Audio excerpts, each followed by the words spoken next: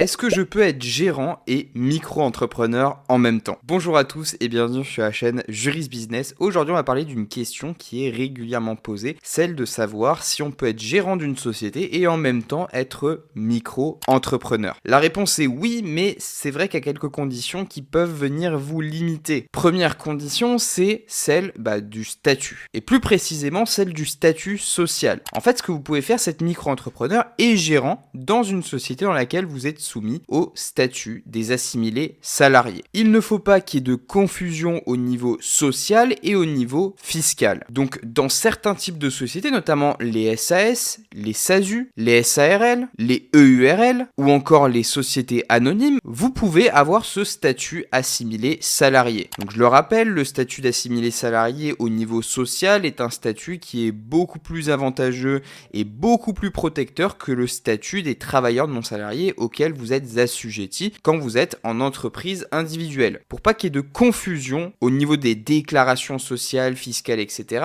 pour le coup, on vous autorise à avoir des statuts différents. Et ça, c'est la première condition. Si vous ne respectez pas cette condition, vous ne pourrez pas être gérant et en même temps micro-entrepreneur. Deuxième condition, c'est celle qui va être liée à l'activité que vous allez exercer. Concrètement, vous ne pouvez pas avoir deux activités qui vont rentrer en concurrence. Déjà, de manière générale, si vous êtes dans une société dans laquelle il y a des co-associés, les co-associés vont vous dire vous faites concurrence à la société. Et peut-être même que c'est déjà même prévu par une clause dans les statuts. Donc il y a déjà une limitation statutaire dans la majeure partie des cas. Vous ne pouvez pas faire concurrence directe à votre société. Et c'est bien normal. Par exemple, si vous êtes plombier, vous ne pouvez pas avoir une société dans laquelle vous êtes gérant et avoir une micro-entreprise qui effectue exactement la même tâche. Par contre, ce que vous pouvez faire, c'est par exemple avoir une société qui va avoir pour vocation d'acheter et de revendre du matériel de plomberie et une micro-entreprise qui va avoir pour vocation justement d'utiliser du matériel pour rendre des services, faire des prestations de services de réparation par exemple. Là, on voit bien que les activités sont complémentaires, l'une n'empiète pas sur l'autre. Donc là, c'est quelque chose qui est totalement autorisé, aucun souci là-dessus. Reste à vous demander si la deuxième activité que vous voulez exercer ne peut pas être exercée en micro-entreprise, car vous le savez, vous pouvez cumuler les activités. En vous rendant sur le site de l'INPI, vous pouvez faire une modification et une adjonction d'activités. De cette manière, vous aurez deux activités qui peuvent être complètement différentes. La seule chose qui va se passer, c'est que vous allez déclarer votre chiffre d'affaires dans deux encarts différents si jamais c'est des prestations qui sont complètement différentes. Par exemple, j'ai une prestation de service commercial